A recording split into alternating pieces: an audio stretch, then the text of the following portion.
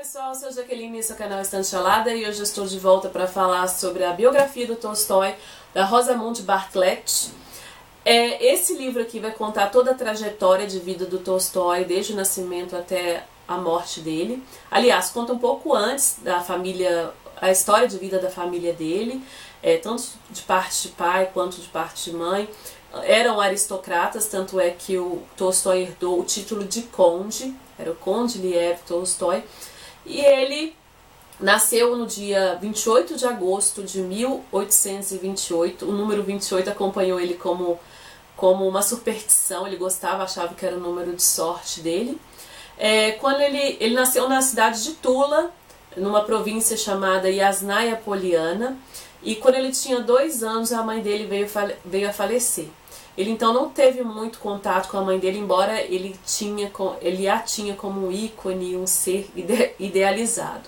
Quando ele teve 9 anos, o pai dele veio a falecer também, e ele se viu cuidado por tias e na companhia dos vários irmãos dele também, e ele foi crescendo. Quando ele completou 14 anos, um dos irmãos dele, ou alguns dos irmãos dele, levou ele para o bordel, e ele se lamentou muito depois por causa disso, porque a moral dele foi desvirtuada e não teve ninguém para poder dar um ensinamento para ele.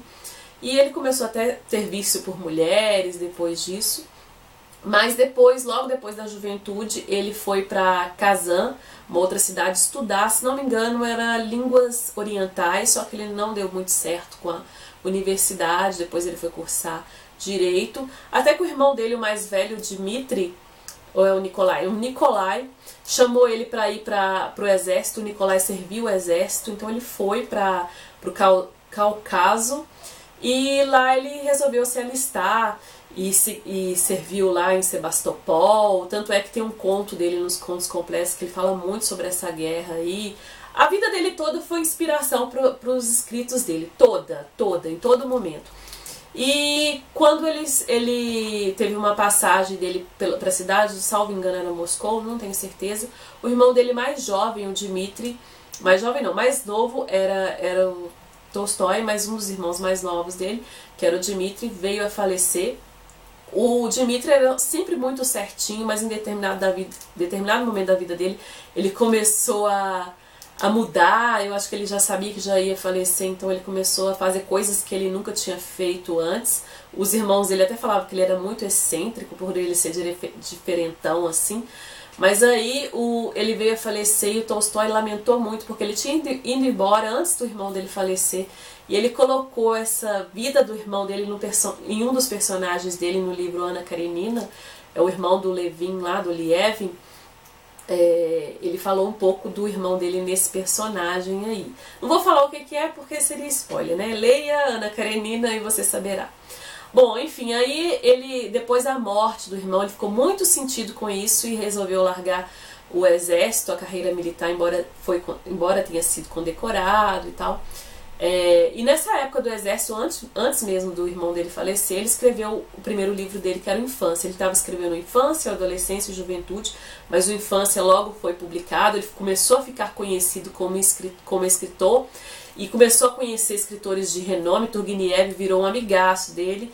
Teve altos e baixos aí no meio do caminho, que os dois brigavam e voltavam. Quando Turgueniev leu para ele o Pais e Filhos que ele escreveu, o Tolstói até dormiu da cadeira, achou muito chato Pais e Filhos, enfim.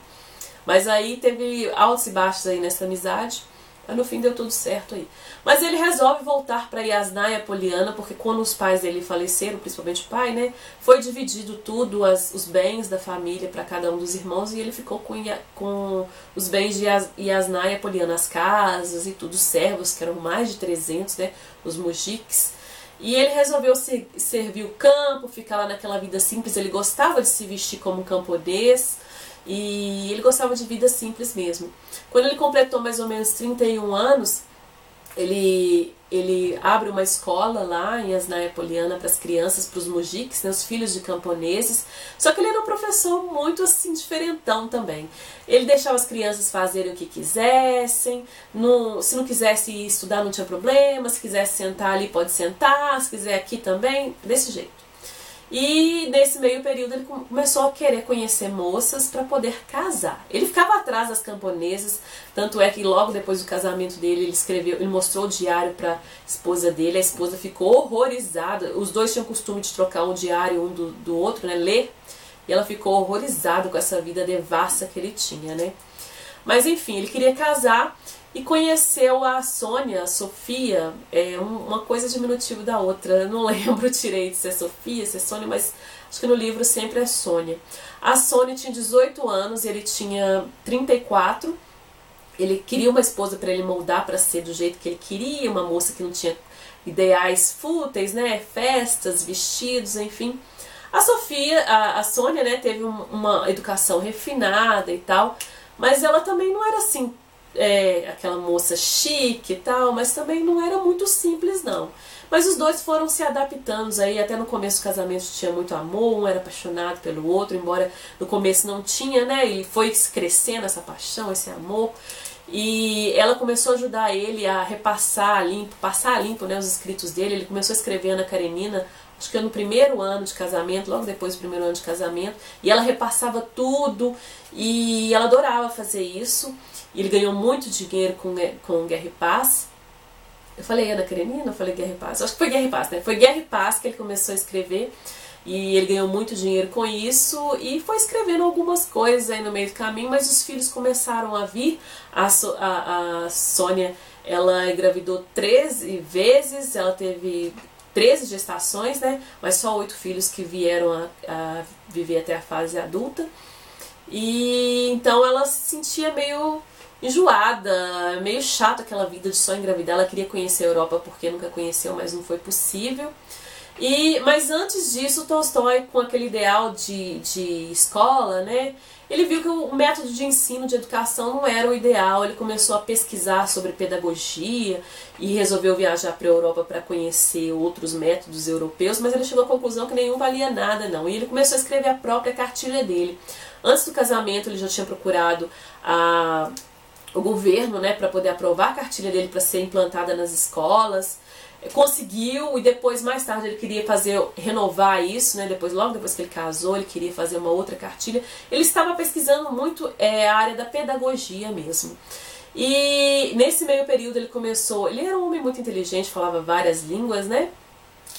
Lia muitos livros, eu esqueci de falar isso, ele era um leitor muito voraz.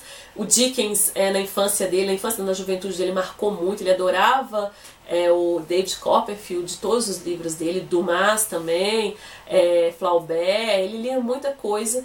E ele começou ele começou a aprender inglês ele aprendeu acho que em 3 meses, já falava francês, alemão, russo, né? E ele queria aprender grego para poder traduzir as histórias de Esopo, né? E ele começou a estudar grego sozinho e começou a traduzir e fazer a interpretação da forma que ele queria. Tanto é que eu li o volume 2 dos volumes completos de Tolstói, dos contos completos, e vi que tinha muita fábula, muita historinha já conhecida, mas é porque ele pegava as histórias já conhecidas e dava uma repaginada da forma dele. Então tá explicado. Alguém aí que já viu algum vídeo meu falando isso, que eu achei isso estranho, mas é isso que acontecia. Então ele fez uma nova cartilha e estava empenhado nisso, até que os interesses dele começaram a mudar. Ele começou a entrar numa crise existencial já para 50 e poucos anos. E para que eu estou aqui? Começou a ter pensamentos suicidas e começou a estudar religiões, filosofia, e começou a buscar conhecimento na área espiritual, né, digamos assim. E ele começou a ter interesse a frequentar a igreja ortodoxa, que era a religião oficial da Rússia, salvo engano, acho que ainda é, né?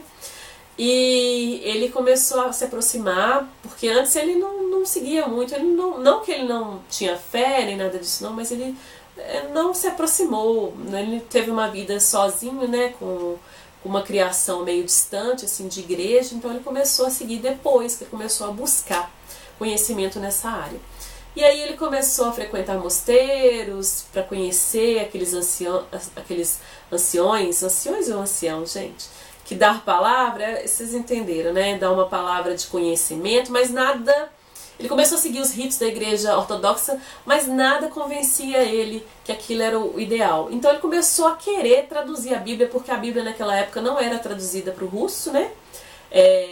a Igreja Ortodoxa não queria que os fiéis tivessem conhecimento, para não interpretar de forma errada, mas Tolstói deu um jeito lá de tentar traduzir do grego para a língua russa e começou a questionar algumas coisas e começou a interpretar da forma dele, o que criou muito atrito, porque ele gostou muito dos ensinamentos do Sermão da Montanha que Jesus falou, né? Ele queria seguir aquilo à risca, mas ele não acreditava muito na ressurreição, na divindade de Jesus, o que criou um atrito com alguns cristãos, né? Principalmente a Igreja Ortodoxa, achava que ele era um herege, um anticristo e tal. Mas ele começou a seguir nesse caminho, escreveu vários textos, ele escreveu confissões, inclusive eu já li, tem um vídeo aqui, vou deixar aqui embaixo. Confissões, e começou a escrever coisas, e começou a ter atrito até não só com a igreja, mas com o czar também, a política, né? Porque ele falava que a guerra era inútil, para que você vai entrar na guerra, os ensinamentos cristãos é dar um tapa na cara, se dá outra face, que não deveria ter guerra, não deveria ter governo, não deveria ter nada disso, é só o amor, servir ao próximo, servir os mujiques, era isso que ele queria, vida simples, vestir como os mujiques, costurar o próprio sapato. Ele começou a virar vegetariano, começou a ter uma legião de seguidores, ele começou a criar a seita tolstoíta, né? E ele teve seguidores tanto da alta aristocracia como as pessoas simples, e isso criava um atrito com a esposa também, que a esposa não gostava, e a vida dele foi seguindo aí nesse sentido. É muito grande, gente, para falar a vida do Tolstói aqui é difícil, mas eu gostei muito, eu mergulhei na vida dele. Ele veio a falecer em 1910 depois, né, mas teve alguns acontecimentos políticos aqui também. Gostaria muito de falar, mas o vídeo já está muito grande. Recomendo a leitura, tá? Recomendo. Eu sei que eu peguei alguns spoilers do Guerra e Paz, mas foi muito útil porque vários personagens dele são pessoas, ele colocou a vida das pessoas que ele conheceu na vida real. Tanto é que a Ana Karenina tinha também um quê da mulher que o Dumas Júnior, o filho, né? Conseguiu lá, arrumou. Eu não posso falar também porque pode ter spoiler, né, gente? Mas enfim. Leia que você vai entender, e eu gostei muito, muito mesmo. É uma biografia que eu recomendo assim, de olhos fechados, muito boa mesmo. É lógico que a vida dele foi um pouco controversa e tal, mas a gente respeita a vida de cada pessoa, a gente respeita. E eu respeito a vida dele, foi um grande escritor, um grande homem, um grande nome da literatura, não só russa, mas mundial, a gente sabe disso, então a gente tem que respeitar. Gostei muito, vale a pena, tá? E se você gostou do vídeo, dê o seu joinha. Se é novo por aqui, se inscreva para receber novos vídeos e em breve terá mais, né? Então, até a próxima. Beijo, até mais. Tchau, tchau.